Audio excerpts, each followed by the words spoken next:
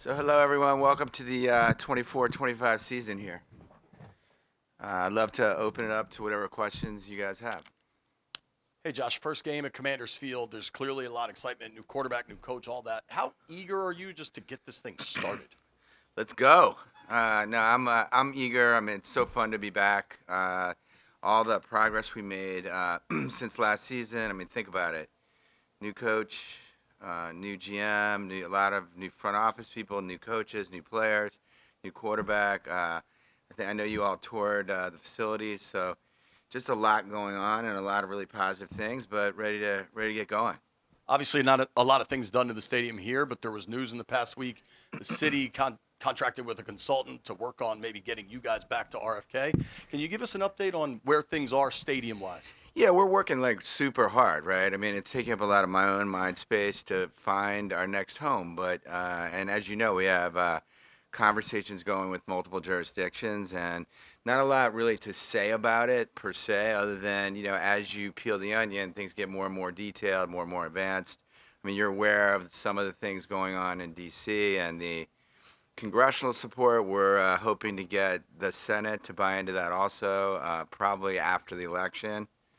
So we'll have to, obviously, I'll leave it to you all or other pundits to predict political action, but a lot of good stuff going on and very positive, but not a lot to share. Why will that be after the election for you? Why is your focus after the election? Yeah, I just don't think so. If you look at what's happening in the Senate realistically, and now I'm really getting out of depth, there's not a lot happening, right? Everyone's focused on the election. So this is the kind of thing that would have to be part of a series of bills that would go through in the lame duck session. So it's not really realistic to think that's going to happen before the election. If the RFK bill fails, would you commit to another legislative effort to get DC on the table, or would you be open to making a decision before that? Yeah, I think I'm hoping that we can get some action before the change to the next Senate and Congress and administration, because I think that's when all bets are off. I don't know. The answer is it's very hard to predict what that looks like.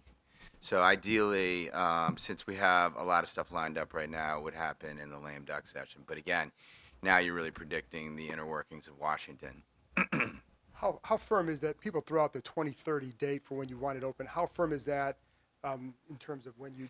Yeah, it's a target. I think it's a realistic target. I mean, I wouldn't say that again. Like there's there's political things that need to occur. There's land zoning and a whole lot of other things. A lot of it is not within our control. So there's no way to predict a specific date. But I think that's a reasonable target. I'm curious. You've been around Jaden a little bit. I'm curious your thoughts on him and how different the vibe is around the franchise now as opposed to last year. Yeah, look, I'm super pumped that that Jaden is with us. I'm very excited about the pick. I mean, look, you all watch what I watch, right? I mean, you see. I mean, he hasn't been on the field all that much, but you see how we move down the field, different level. Plus, him as a person, as a human being, as a worker. Earliest at the training facility, latest to leave, real teammate, real leader, real athleticism, and just a great person to be around. So I think that, I'm very, very optimistic and excited about watching him this season. With the changes you guys have made this offseason just to this stadium, I mean, what was your first reaction as you kind of walked through and saw all these? Yeah, I think I'm very pumped to see the new everything, right? The new suites, the new mini marts, the frictionless marts, the easier ingress and egress, all of it. New paint, and the tunnel club, all of it. New food. Although the mac and cheese was a little much for me today, I'm not gonna lie, but on the other hand, I also was wandering around planning next season's capital project. So I think we got more to do, and it really makes me and a strange thing, right? Usually it's strange when you're spending lots of money, but I really get excited about fixing the place up for our fans and making it. I mean, as I said when we bought the team, bought the club, you're inviting people into your house. And you don't want to have an old couch, finishes that are crumbling and all that. So I think that I'm looking forward to continuing to make a lot of progress. Right now, I mean, obviously, now that the season's starting, it's all going to happen next year. But we're going to get started for next year now. And you've been out at training camp practices. What's just been your impression of the overall tone and sort of the culture that Quinn has started to build over there? Yeah, people are having fun. People are committed. They're having fun. You've got Dan. Obviously, is very intense, but he's building a culture of everyone being on the same page, having the same goals, same objectives, and he gamifies things. And a lot of optimism, a lot of excitement. People, all the vets showed up at the, at an optional veteran mini camp. It doesn't really happen. So, it's a great vibe and a different vibe, and people are just ready to get going. Josh, you've also made a lot of upgrades back in Ashburn at the practice facility. What do you kind of see with that in terms of building new? Is that still tied to what goes on here with the stadium, or is that a separate one? Look, we're just starting to do a lot of planning there, but again, I'd say yes and no. I mean, obviously, we're in a lot of choices to be made, and if we end up with, Stadium 1 jurisdiction, there's advantages to disadvantage. We're a DMV, right? It's just 3 jurisdictions, but on the other hand, so it's tied in some sense, but I'm sort of undergoing the same process there, which is like, what can we fix next? And obviously, the player lounge, and the old, it was great. It was harmonious for me to just watch the high school turf go up from 1980 something and get rolled up into a ball. But there's a lot. I mean, there's an enormous amount to do there. I mean, obviously, we need to do a lot better there. So, we're going to keep working on that as well. But now that the season's on, it's going to get pushed also. But you'll see just continuous improvement at both locations. And in terms of the football side, obviously, tons of changes with from Adam on Yep. down. Sounds Jason Wright's moving on. What other changes do you kind of see coming that you want to get to, and what's sort of your timeline for what they get done? Yeah, look, I think that obviously we're looking for a new president, and that's my most important job as managing partner is finding the coach, finding the GM, finding the president. So the president's super important, and I'm really engaged in it and personally leading it, and going back to talking to search firms and talking to candidates and all that. So, and I'm obviously, I obviously wish Jason did an amazing job for us transitioning. Came in during previous ownership, transitioned the franchise through a very difficult time period, and welcomed us and did and continues to do an amazing job for us. So I wish him well. So that's like the next area of focus. Good evening, Josh. Can you share a little bit of the decision to remove the Sean Taylor Memorial and commission a new statue to be built in the future? Yeah, I think that honoring our alumni and obviously Washington football, the glory of Washington football, 3 Super Bowls, we have a lot. But Sean Taylor is particularly important for obvious reasons. And I wanted to make sure that he had a first-class memorial, first-class exhibit. And so we've been working closely with the Taylor family and came to the decision jointly that it was probably time to look for something new. And we'll be considering that over the next season with the family. And so I was, it's part of a bigger picture, right? Which is that in the NFL, I mean, if you're in NFL, the fraternity of NFL players, right? So if I were an NFL player, I would look at, how we have an incredible number of people that were really good, and so we're trying to embrace them all, but Sean Taylor in particular. And then your history as a lifelong fan of the team before you were an owner of the team, is any part of that inside of you motivating you to kind of do some of these improvements that you're doing? Massively.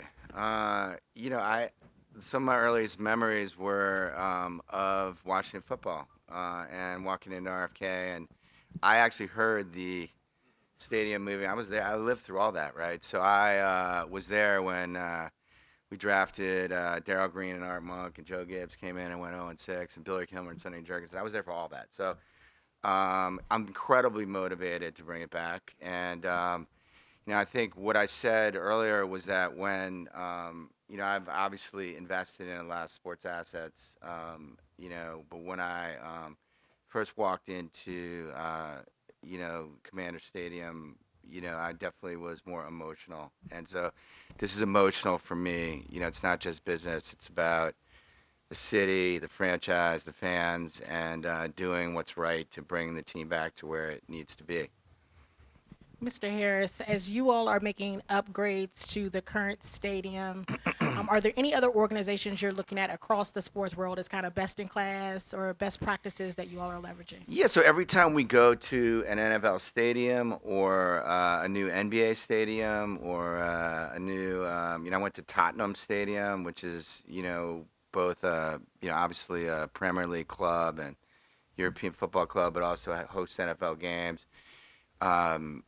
We are looking at everything that's going on there. And so I can assure you that when we build our new home, we will be availing ourselves of all the modern things that are going on. Like, for example, I visited SoFi. I'm making my own business to walk around with the ownership group or with the CEO or with the facilities manager and hear everything that's going on, whether it be where the Clippers are playing, which is new, whether it's SoFi, whether it's the new Vegas stadium, even the Premier League club stadiums. And so there's a lot of knowledge out there. This is an area of a lot of technology in terms of premium.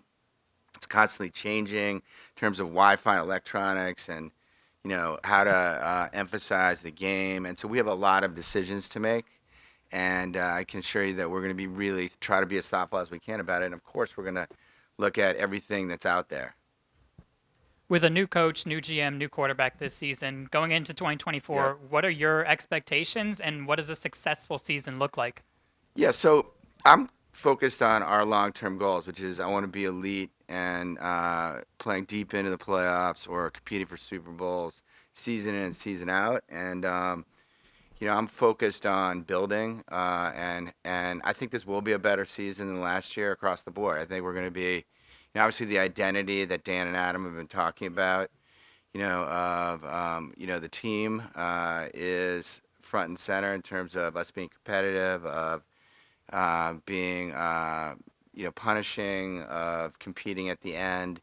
And obviously, the record was dismal last year, and we better do better than that. But really, I think this is going to be a way better season for all of those things and a lot of the intangibles. Jaden continue developing, hopefully, into what we think and all hope that and know that he can be. And so, a lot of intangibles, and then you should see improvement across the board on everything. Whether that I've learned a long time ago in sports not to make bold predictions, so I will not.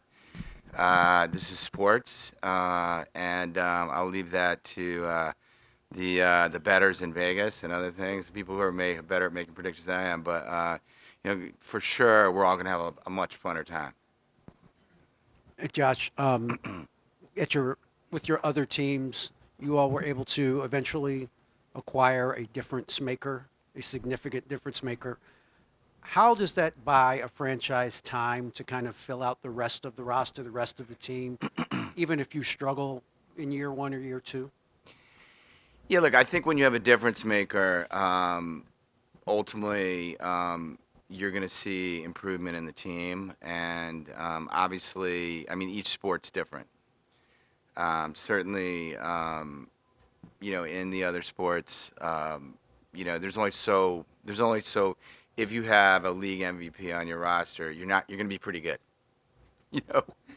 So I think that in the case of some of the other franchises, we're really now at the point where we're trying to win championships, and it's not our regular season is less important for us. I think here we're a little earlier than that, but I think certainly if Jaden turns into what we all think he can be, that is the key position in the NFL, and obviously he'll move us forward. And what have you seen him in your interactions with him during OTAs, during camp, and during this spring and summer? Yeah, he's great. I mean, he is down to earth, humble, committed, very genuine.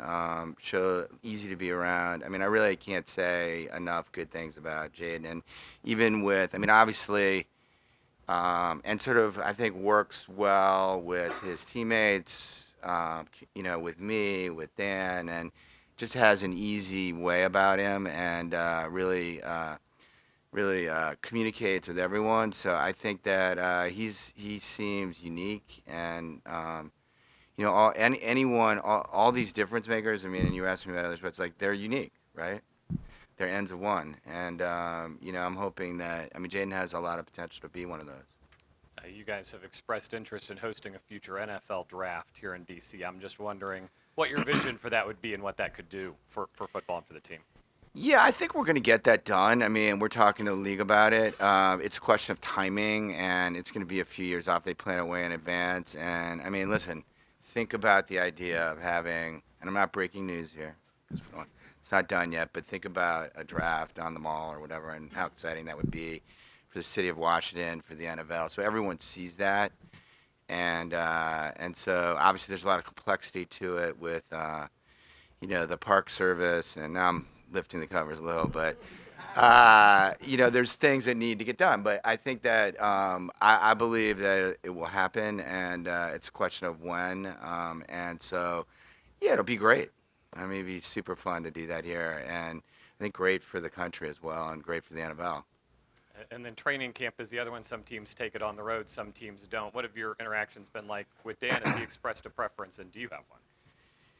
Yeah, look, I think that Dan's preference, I think, is to be away from where the main training, away from the training ground, get away, come together, and so I think, as you're aware, there's some things that we're working on, but I think that you can do that in lots of different ways. You can do it at a permanent home.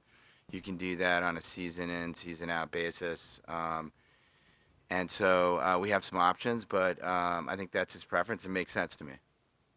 Josh, as an owner, do you operate differently sport to sport? Like an executive obviously would build a roster differently, but depending on the sport, do you find yourself acting that way with hockey, basketball, football? Yeah, so I'm pretty focused on the Commanders and the NBA, and I have partners that I work with on the other sports. And look, I think the fundamentals are the same, which is you hire the best talent, you hire the best coach, the best GM, and they hire coaches underneath them, and then you hold them accountable. You ask lots of questions.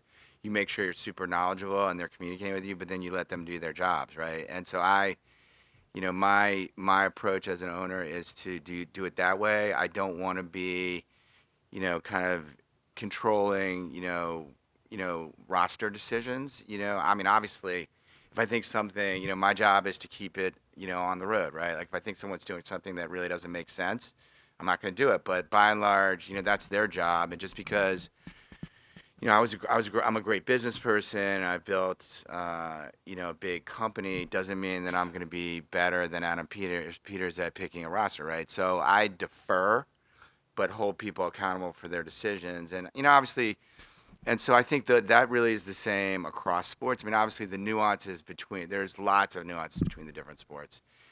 There's different CBAs, different, sports have hard caps, not hard caps.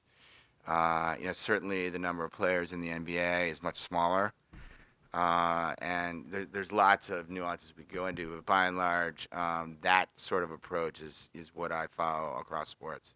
And you've made it pretty clear throughout that the name's not a priority right now. Is there any research that you have being done to see if the name is resonating with fans more than it was initially, or is that something that matters to you at all if it is growing in popularity? It does matter. I just think that, and certainly, like we've been very clear, we can't, for obvious reasons, the old name can't come back. But right now, we're focused on things that unify the team around our football team, right? And unify the city around our football team. And so, the first objective is we got to start winning football games.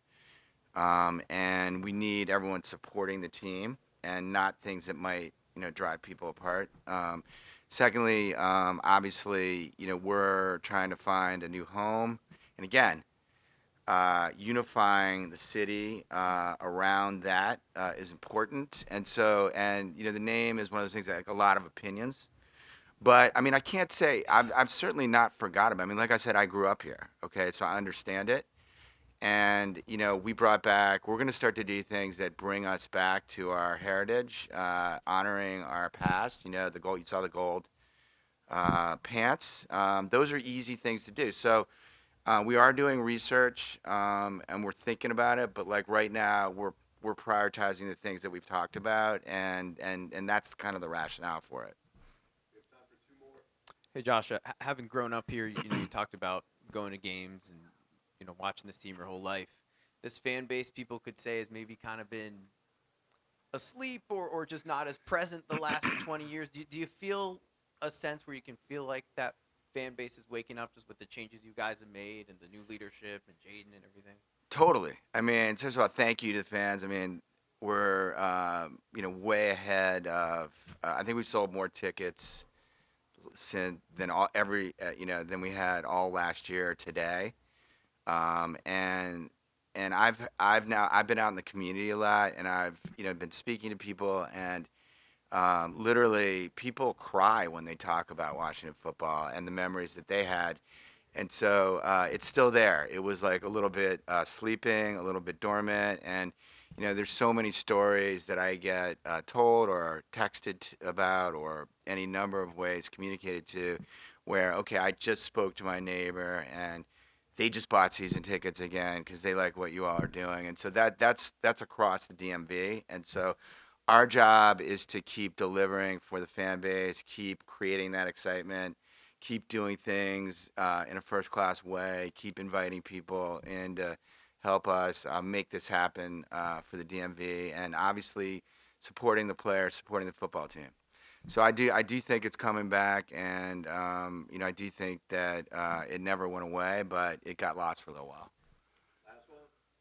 Josh, we just had the opportunity to take this tour, and much of the renovations are absolutely beautiful, some of them breathtaking. Also, the access for the fans are a lot easier in some spaces as well. You talked earlier about this being like someone coming into your home. What do you hope that fans feel when they walk into Commanders Field? Yeah, so I just hope they feel comfortable. So what I say to our staff is that everyone can affect how a fan feels when they come here, right? So if the parking person yells at you, or if your food is cold, or if someone is surly, or the elevator doesn't work, all these things affect fan experience, and so. I want people to feel comfortable here, and I think importantly to feel part of a community. We're all part of a community. That we're the community that wants the Commanders to win. Like when the Commanders are successful on the field, like we're the people that are at the stadium and the people that are watching on TV, the DMV at large. We're all coming together, and so that's what sports does. And so. All those things are part of it, and I also want, I want feedback. Just keep. I know you've been telling us what you want, but keep talking to us, and we're listening. Thanks, everyone.